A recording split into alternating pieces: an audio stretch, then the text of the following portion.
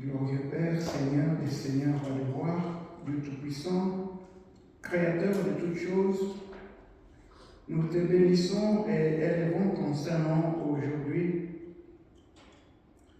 Nous te bénissons pour la résurrection de notre Seigneur. Nous te bénissons pour l'œuvre du Saint-Esprit en nous, qui nous a aidés à croire en cette résurrection. Merci Père, parce que nous avons besoin de toi, afin que nous devenions des témoins fidèles de la résurrection de Jésus-Christ dans nos vies. Merci parce que ton esprit va agir aujourd'hui. Nous te recommandons la parole qui sera proclamée, afin qu'elle soit source de vie et de force au milieu de nous. Tout cela, nous le demandons dans le glorieux nom de Jésus-Christ, notre Seigneur. Amen. Amen. Amen. Amen. Nous sommes au deuxième jour, ou du moins le deuxième dimanche de Pâques, c'est-à-dire la fête de Pâques était célébrée le dimanche dernier. Aujourd'hui, c'est le deuxième dimanche. Et nous poursuivons dans la même pensée de cette célébration de la résurrection de notre Seigneur. Je rappelle un petit peu ce dont nous avions parlé le dimanche dernier, juste vite. La résurrection de Jésus-Christ. Il y a deux sortes de témoignages qui existent par rapport à cela. D'abord, en nous référant au chapitre 15 du premier livre aux Corinthiens, Paul cite deux types de preuves de la résurrection de Jésus-Christ et cite d'abord le témoignage des Écritures et il cite les témoignages des personnes qui ont vu Jésus ressuscité après sa mort. Et dans la première preuve, celle des Écritures, nous avions fait référence à ce que Pierre appelle l'Esprit du Christ dans les prophètes de l'Ancien Testament. Les prophètes de l'Ancien Testament ont parlé des souffrances du Christ et de la gloire qui allait suivre cette souffrance de Jésus-Christ. Ainsi donc, ils parlaient à la première personne des choses qui ne les concernaient pas, mais qui en réalité concernaient Jésus-Christ. Amen. Qui ont été accomplies dans la vie de Jésus-Christ, mais qui n'ont jamais été accomplies dans la vie des personnes qui en ont parlé. Amen. Ainsi, par exemple, David pourrait dire: ils ont pris mes habits, ils se sont partagés, ils ont tiré au sort ma tunique, ils m'ont tiré la barbe. Dans le psaume, il en parle. Mais on sait que dans la vie de David, il n'y a jamais eu un cas où on a pris les habits de David et on se les partagés. Amen. Donc, qu'est-ce qui faisait parler David de cette façon? C'est l'Esprit du Christ qui était dans David, qui parlait de Christ. Il y a un autre psaume où David dit: tu ne laisseras pas ton bien-aimé dans la tombe, tu ne laisseras pas mourir. Eh bien, tu le feras voir, tu ne laisseras pas son corps voir la décomposition. David parle des histoires qui concernent Christ, mais 1000 ans avant. Ça, ce sont des preuves que Christ est réellement ressuscité, parce que le Nouveau Testament ne fait que manifester les choses de l'Ancien Testament. Ça, c'était la première preuve. La deuxième preuve, il y a beaucoup de gens qui ont vu Jésus-Christ ressuscité. Et l'apôtre Paul en parle, il cite beaucoup de personnes. Jacques, il cite plus de 500 frères qui ont vu Jésus-Christ après sa résurrection. Là, c'était les preuves dont sur la résurrection du Christ. Mais nous avons aussi parlé des avantages que nous avons lorsque nous croyons dans cette résurrection du Christ. Premier avantage, nous avons dit quoi? Nous naissons dans la nouvelle naissance lorsque nous croyons que Jésus-Christ est mort et ressuscité. Tu n'es pas né de nouveau si tu ne crois pas en cela. Tu n'es pas chrétien. Si tu ne crois pas que Jésus-Christ est mort et qu'il est ressuscité le troisième jour, alors tu n'es pas un chrétien. Donc, nous sommes nés de nouveau lorsque nous croyons en cela. D'autres avantages, il y en a. Par exemple, nous sommes sauvés, nous avons la victoire sur tous nos ennemis lorsque nous croyons dans la résurrection de Jésus-Christ. Jésus-Christ est le premier parmi les morts, il est le premier qui est ressuscité, il est la tête de l'Église. Lorsque la tête sort dans la naissance, on est sûr que tout le reste va sortir. Amen. Nous tous, nous sommes le corps du Christ. Christ est ressuscité. Nous avons la garantie que nous tous, lorsque nous allons mourir, nous allons aussi ressusciter. Parce que lui est ressuscité, nous aussi, nous allons ressusciter. C'est aussi la garantie que nous avons vaincu la mort. Amen. Christ, lorsqu'il était dans le séjour de mort, il a eu la victoire. Il a pris la clé de la mort et du séjour de mort. Parce que Christ a déjà vaincu la mort et le séjour de la mort, ces anges de la mort et du séjour de mort n'ont plus de capacité de pouvoir sur nous. Si un chrétien meurt aujourd'hui, il ne va pas dans le séjour de mort qui est sous le contrôle des anges de Satan. Et il va directement dans la main de Dieu. Amen. Parce que tout simplement, Christ a déjà vaincu ces anges de la mort et du séjour de la mort. Ce sont là quelques avantages que nous recevons lorsque nous croyons dans la résurrection de Jésus-Christ. Aujourd'hui, je voudrais étendre un peu plus, je veux parler du devoir que nous avons. Le devoir que nous avons, nous qui croyons maintenant dans cette résurrection de Jésus-Christ. Il ne suffit pas tout simplement de le savoir. Il ne suffit pas de le savoir dans notre tête. Il y a un devoir que le Seigneur a recommandé à ses disciples. Et pour cela, nous allons nous lever. Nous allons lire un passage des Écritures. C'est Actes des Apôtres. Actes des Apôtres au chapitre 1. C'est Jésus-Christ lui-même qui parle à ses disciples. Actes des Apôtres au chapitre 1. Nous lisons du verset 1 jusqu'au verset 8. Actes des Apôtres, chapitre 1, le verset 1, oui, je le tiens. Du verset 4 jusqu'au verset 8. Alors qu'ils se trouvaient en leur compagnie, il leur recommanda de ne pas s'éloigner de Jérusalem, mais d'attendre ce que le Père avait promis, ce que je vous ai annoncé, leur dit-il. Car Jean a baptisé d'eau, mais vous, dans peu de jours, vous serez baptisés du Saint-Esprit.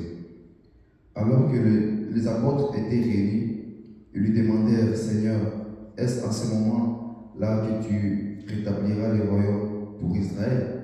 Il leur répondit, ce n'est pas à vous de connaître le temps ou le moment que le Père a fixé de sa propre autorité.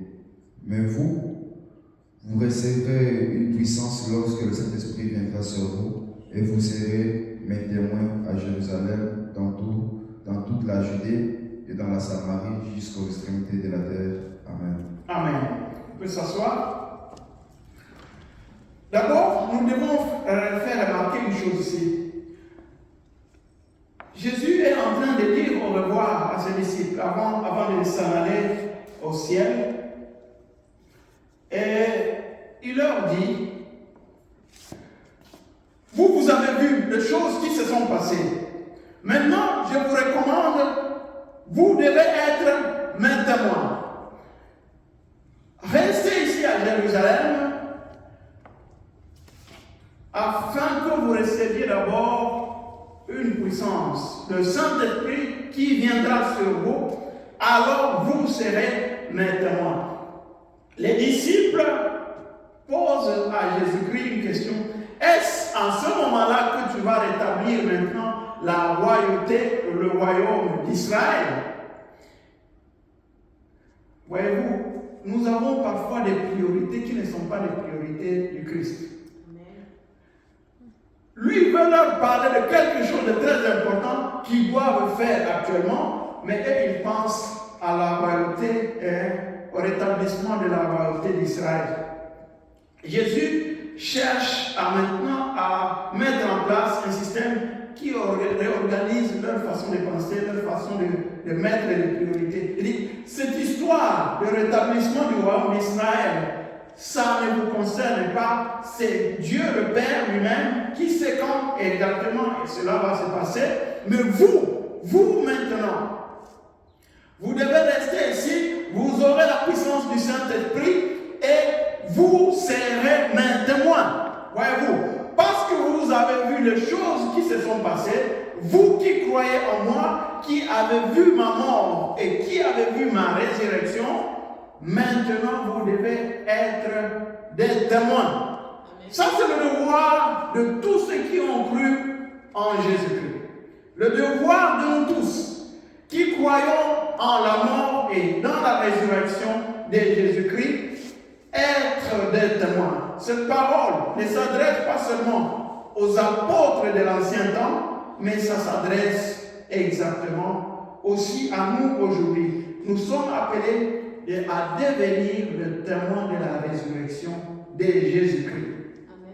Nous sommes appelés à devenir les témoins de la résurrection de Jésus-Christ.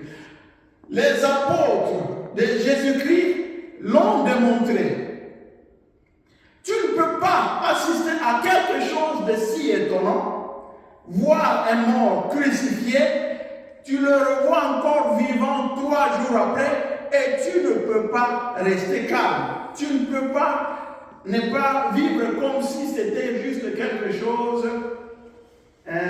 d'ordinaire qui s'est passé. Dans la vie des apôtres, on le voit comment cela a pu transformer leur vie. Au chapitre 4 de ce même livre que nous avons lu, les Actes des Apôtres, il y a une histoire qui démontre comment les apôtres, leur vie a été vraiment transformée. Je lis à partir du verset 1 jusqu'au verset 20. Pierre et Jean venaient de faire un miracle. Au chapitre 3, ils ont aidé un paralytique à se lever. Et à cause de ce miracle, on les amène devant un tribunal afin qu'ils commencent à se justifier. Voyez-vous ce qui se passe ici? Actes des Apôtres, chapitre 4, du verset 1 jusqu'au verset 20. Pierre et Jean parlaient encore au peuple quand survinrent les prêtres, les commandants des gardes du temple et les Sadducéens.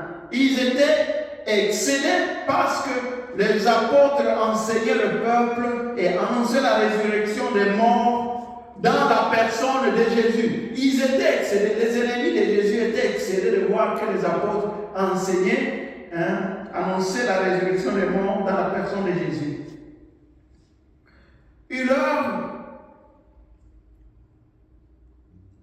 Ils les arrêtèrent.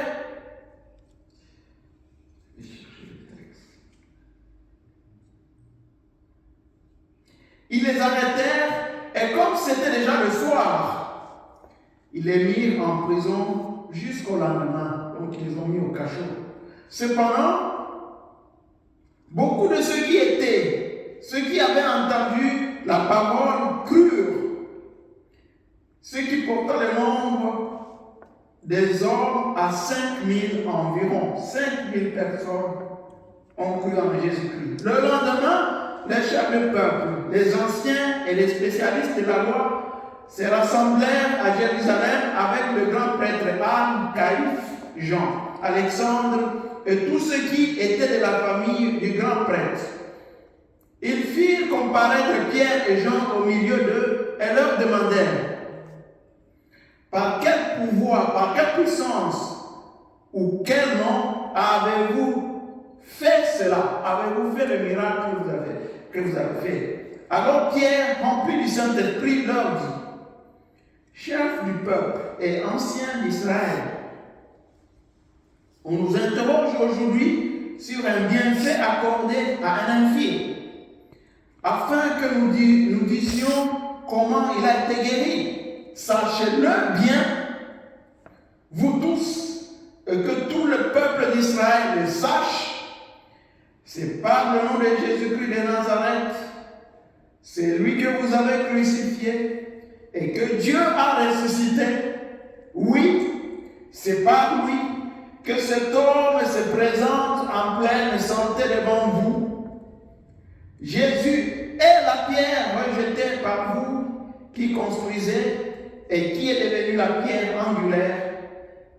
Il n'y a de salut en aucun autre, car il n'y a sous le ciel aucun autre nom qui a été donné parmi les hommes par lesquels nous devrions être sauvés. Il n'y a aucun nom par lequel nous devrions être sauvés. Lorsqu'ils virent l'assurance de Pierre et de Jean, ces gens ont vu l'assurance, c'est-à-dire qu'ils avaient toute leur confiance en eux. Ils firent étonnés et ils savaient que c'était des hommes de peuple sans instruction, c'était des pécheurs. Et ils les recommandaient et ils les reconnaissaient pour avoir été avec Jésus. Ils reconnaissaient pour avoir été avec Jésus, c'est-à-dire leur façon d'être montrait que ces gens avaient été avec Jésus.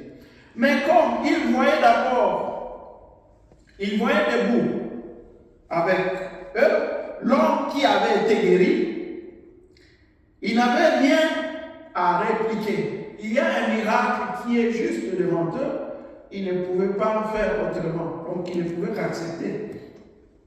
Ils leur donnèrent les sorties du Sanhédrin, c'est-à-dire le conseil des Juifs, puis ils délibérèrent entre eux en disant: que faire à ces hommes? Qu'est-ce que nous pouvons faire à ces hommes? En effet, ils ont accompli un signe miraculeux évident, et c'est clair pour tous les habitants de Jérusalem, et nous ne pouvons pas le nier.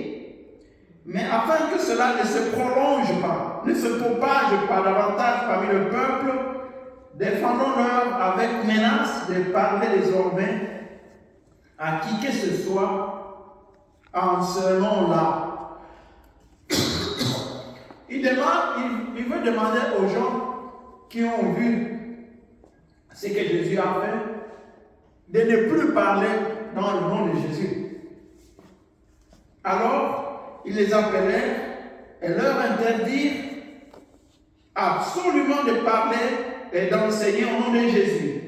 Pierre et Jean leur répondirent. Écoutez cette réponse de Pierre et Jean.